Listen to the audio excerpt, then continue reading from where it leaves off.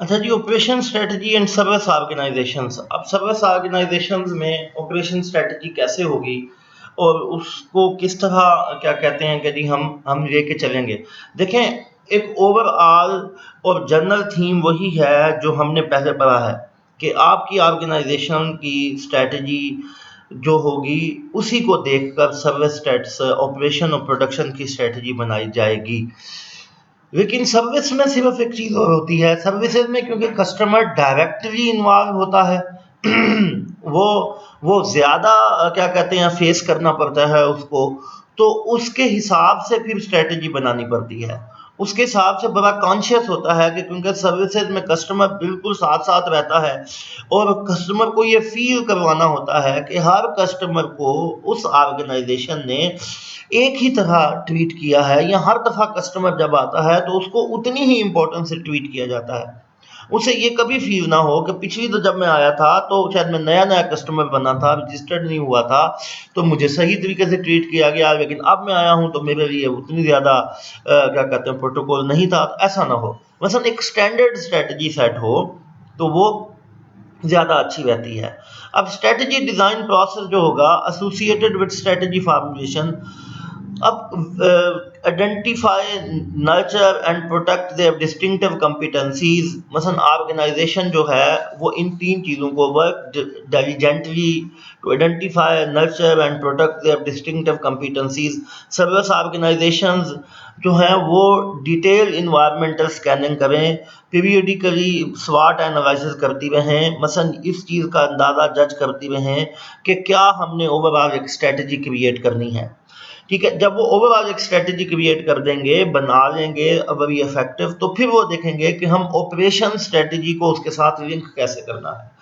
अब वो अंडरस्टैंड कर, मसलन जो भी ऑपरेशन मैनेजर होगा किसी भी सर्विस इंस्टीट्यूट में, वो ज़्यादा इम्पोर्टेंट है उसका काम उस ऑपरेशन मैनेजर का बाकी प्रोडक्शन के। मैं ये समझता हूँ, मेरे नज़दीक ये है कि एक सर्विस मैनेजर में जो ऑपरेशन मैनेजर है उसका काम ज़्यादा क्रिटिकल है उससे जो एक मैन्युफैक्चरिंग ऑर्गेनाइजेशन में क्या कहते हैं ऑपरेशन मैनेजर है।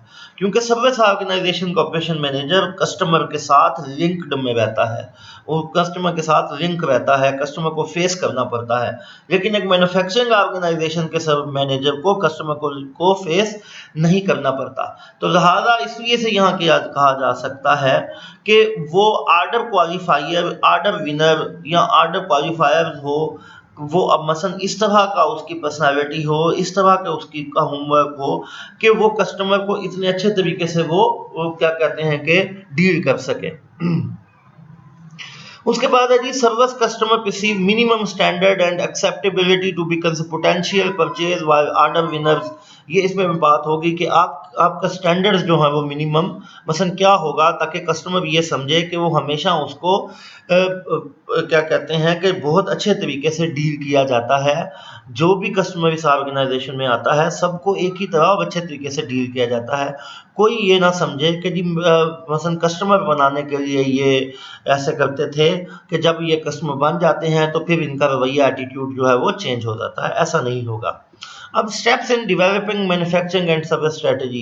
अब क्या स्टेप्स हैं, वो ये 4 स्टेप्स वो जो बताए जा रहे हैं, मसलन 4 स्टेप्स हैं। Segment the market according to the product service group. ये मार्केट सेगमेंटेशन है, आपने उसको मार्केटिंग में पढ़ी होगी। A person interested in buying a sedan car would rarely show interest in buying a SUV car. The market segmentation should be just and judicious. Identify product service requirement, demand pattern and profit margin of each group.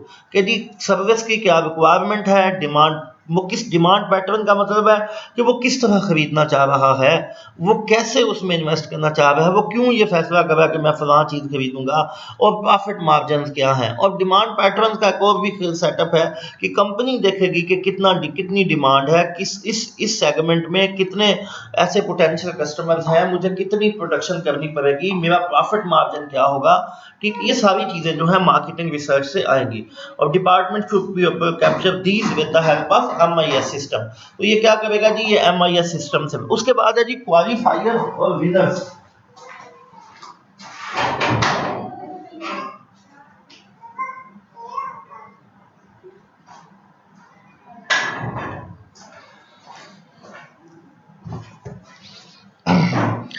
अब क्वालिफायर्स और winners की बात करते हैं जी। मसलन determine order qualifiers and winners for each group.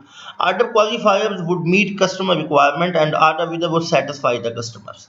मसलन कौन क्वालिफायर हैं जिन्होंने सिर्फ कस्टमर की रिक्वायरमेंट पूरी की है, और कौन से ऐसे आपके सेल्स वाले लोग हैं या कौन से ऐसे टीम्स हैं जिसने कस्टमर को सेटिस्फाई भी किया है और कस्टमर के फीडबैक से लगा भी है कि हाँ ये कस्टमर जो हैं वो सेटिस्फाई है।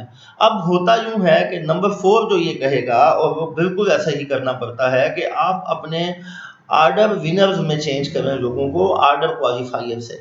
ठीक है जी। जो आर्डर विनर्स होंगे और वो specific performance requirement, continuous improvement, always help, and it is what the Japanese as perfect kaizen management के कंटिन्यूस इंप्रूवमेंट है। आप अपने आप को कंटिन्यूसली इंप्रूव करते जाएंगे, और क्वालिटी की डेफिनेशन भी यही है कंटिन्यूस इंप्रूवमेंट कि आप कंटिन्यूसली क्या करेंगे जी, अपने आप को उसमें ज़्यादा अच्छा और बेहतर करते जाएंगे।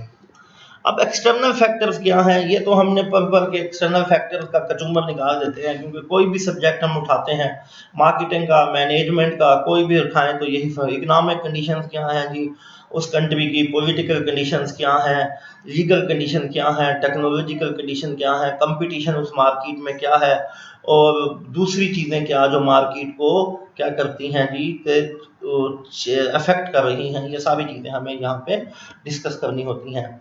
उसके बाद इंटरनल फैक्टर्स, ये भी वही चीज़ें हैं जो हम डिस्कस करते आए हैं। ह्यूमन रिसोर्स, मसलन ट्रेनिंग कितनी है कि स्किल्ड कितने लोग हैं, क्वालिफाइड एम्प्लॉयज़ कितने हैं, फैसिलिटीज़ इक्विपमेंट कि आपने क्या वो सारी फैसिलिटीज़ दी हुई हैं, वो सोर्सेज हैं जिससे जिन फैसिलिटीज़ से आपका एम्प्लॉय बड़ा मोटिवेटेड है और वो मोटिवेशन से काम कर रहा है, आपको वो कंपेटिटिव एडवांटेज भी मसलन कंपेटिटर पे है कि आपके पास जो जो इक्विपमेंट है, जो सोर्सेज हैं, जो ट्रेंड एम्प्लॉयज़ हैं, जो लोग हैं, जो चीज़ें हैं वो अब किसी के पास भी नहीं है। फाइनेंशियल रिसोर्सेज कि जी आपकी कंपनी जो है वो आउट परफॉर्म कर रही है आपके कंपेटिटर्स को, बहुत ज़्यादा परफॉर्म आपके पास। जब देखें जब आप कंपेटिटिव एज हासिल कर लेंगे तो फाइनेंशियल रिसोर्सेज आपके खुद ब खुद जो है वो मीट होते रहेंगे, क्योंकि कस्टमर जो है वो आपके के पास ही आएगा और आपकी जो प्रॉफिटेबिलिटी है वो इंक्रीज़ हो जाएगी। जब आपकी प्रॉफिटेबिलिटी इंक्रीज़ होगी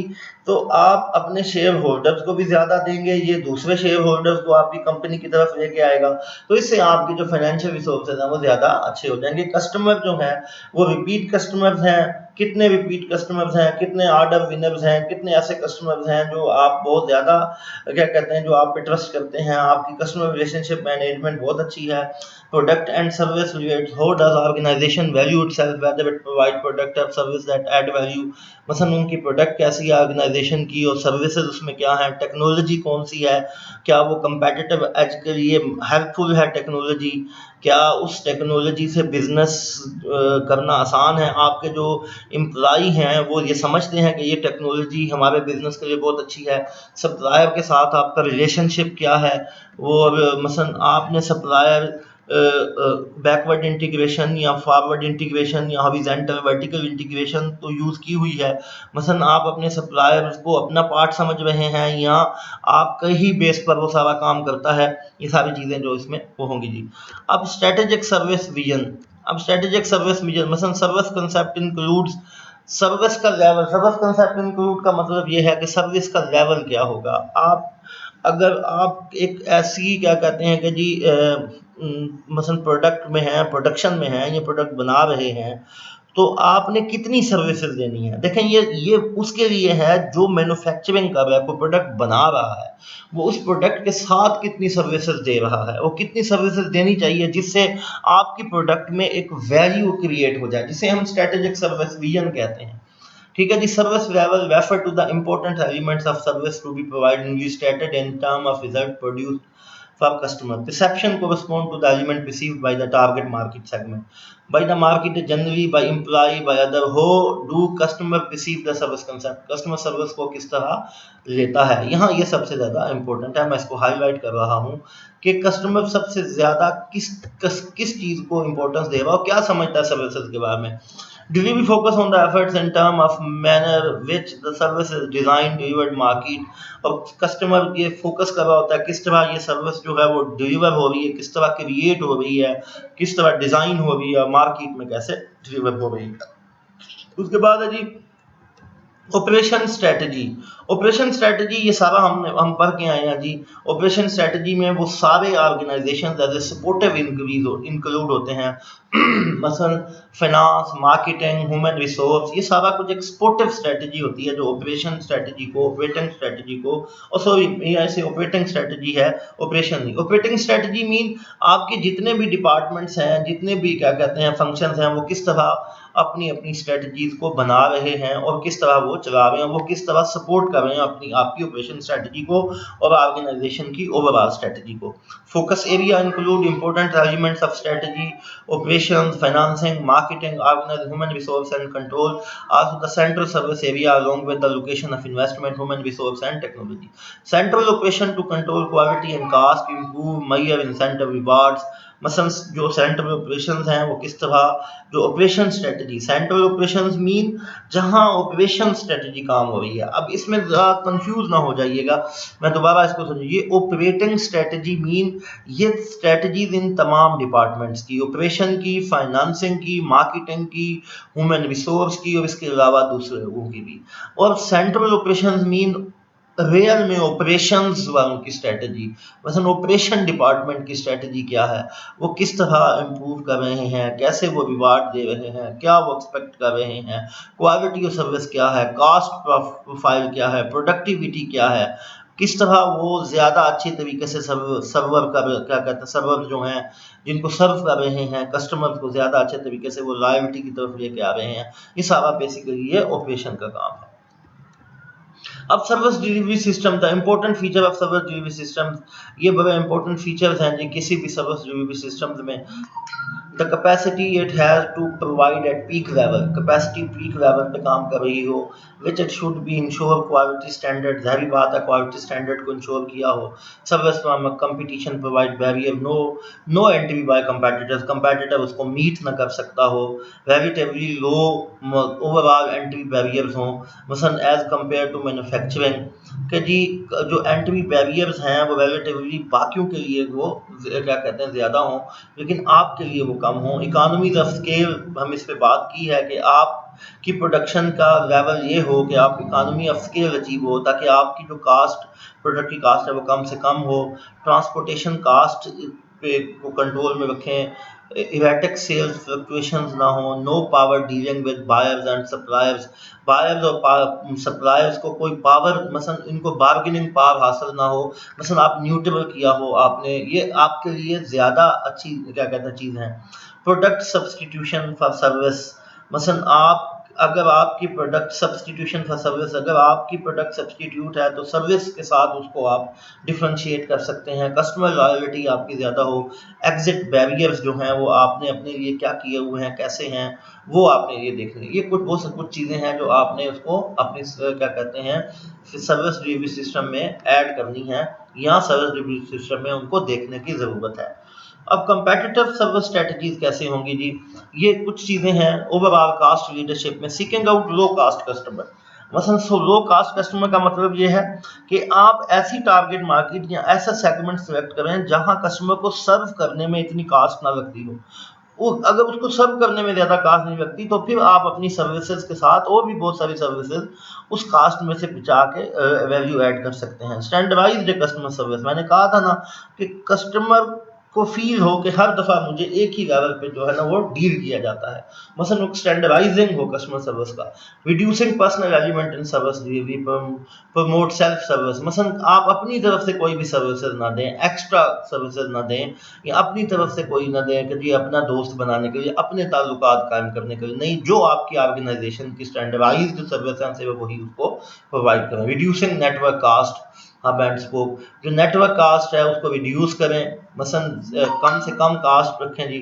उसके बाद taking service operation offline, taking service operation offline, मसलन आप अपनी सर्विस ऑपरेशंस जो हैं वो उसके लिए आपको कोई किसी स्पेशल चीज़ की ज़रूरत ना हो, कोई जिस तरह मैं कहता हूँ कि जी ऑनलाइन नेट की ज़रूरत ना हो या किसी भी इस तरह की कोई चीज़ की ज़रूरत ना हो, आप मल्टीपल ऑप्शंस पे जाएं कि जी ऑनलाइन भी आपको ऑर्डर मिल सकते हैं या टेलीफोन के ज़रिए भी या पर्सनल भी, किसी भी चीज़ में भी।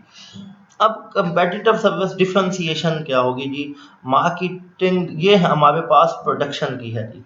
Making the intangible tangible memorable. देखें इनटेंजिबल और टेंजिबल मेमोरेबल क्या है? टेंजिबल मेमोरेबल तो ये है कि आपकी प्रोडक्ट बता रही है, दिखा रही है उसका डिज़ाइन, उसके फीचर, उसकी परफॉर्मेंस। इनटेंजिबल है कि जी एक सेंस ऑफ हैप्पीनेस हो, एक सेंस ऑफ प्राउड हो कि वो जो भी आपकी प्रोडक्ट खरीदे, आप वो एक सेंस ऑफ प्राउड और एक फीलिंग उसको आए कि वाकई ये प्रोडक्ट मेरे पास है, बहुत अच्छी है। ये आप एडवर्टाइजिंग के ज़रिए से करते हैं। मसलन जिस तरह कोक है, कोक की बोतल खोलें तो आपको खुशियाँ खुल जाती हैं, या आपके पास अगर यूफोन की सिम है तो जनाब आपको दोस्त मिल जाते हैं। इस तरह की कोई कोई इनटेंजिबल किस्म की कोई चीज़ें जो हैं वो आप, या आप देखें जी कि जो मोबाइल आपका जो ब्रांड है वो बहुत ही ज़्यादा प्रेस्टिजियस है, वो ऐसे लोगों के पास है कि जो बड़े प्रेस्टिजियस समझे जाते हैं, बड़े चैलेंजिंग समझे जाते हैं। या जी कस्टमाइजिंग द स्टैंडर्ड प्रोडक्ट, आप अपनी प्रोडक्ट को स्टैंडर्डाइज्ड रखें और उनको ज़्यादा से ज़्यादा कस्टमाइज्ड करें जो कस्टमर आपको कह रहा है। कस्टमाइजिंग का मतलब है जी रिड्यूसिंग परसीव्ड रिस्क, रिस्क को रिड्यूस करें जी। Giving attention to personal training, जो एम्प्लॉइज की ट्रेनिंग है जी उस पे अटेंशन दें, या कस्टमर को उस प्रोडक्ट के मतलब ज़्यादा से ज़्यादा इन्फॉर्मेटिव बनाएं और कंट्रोल करें जी इन चीज़ों को जी। अच्छा जी, वो नोट में कहता है जी note differentiation service meaning being unique in brand image, technology use, feature are, reputation for customer services, वो सारी चीज़ें जी वो बता रहा है। अब ये banking service provider in Pakistan, इसको जरा पढ़िएगा, ये एक एग्जांपल है कि जी क्या कैरेक्टरिस्टिक्स हैं, क्या रिमार्क्स हैं, इसको गौर से पढ़िएगा इस एग्जांपल को जी। ये आप पे है जी सर्विस परचेज डिज़ाइन, सर इसमें कौन कौन सी चीज़ें होंगी जी? Qualifier, service winners, example, service loser को, उसके बाद कॉल सेंटर, ये सारे वो आपके पास क्या कहते हैं, ये हमने डिस्कस भी किए हैं, इनको एक दफ़ा पढ़ लीजिएगा। क्वालिटी एंड टाइम स्ट्रेटजीज, यहाँ से हम क्या कहते हैं स्टार्ट करते हैं नेक्स्ट वीडियो में।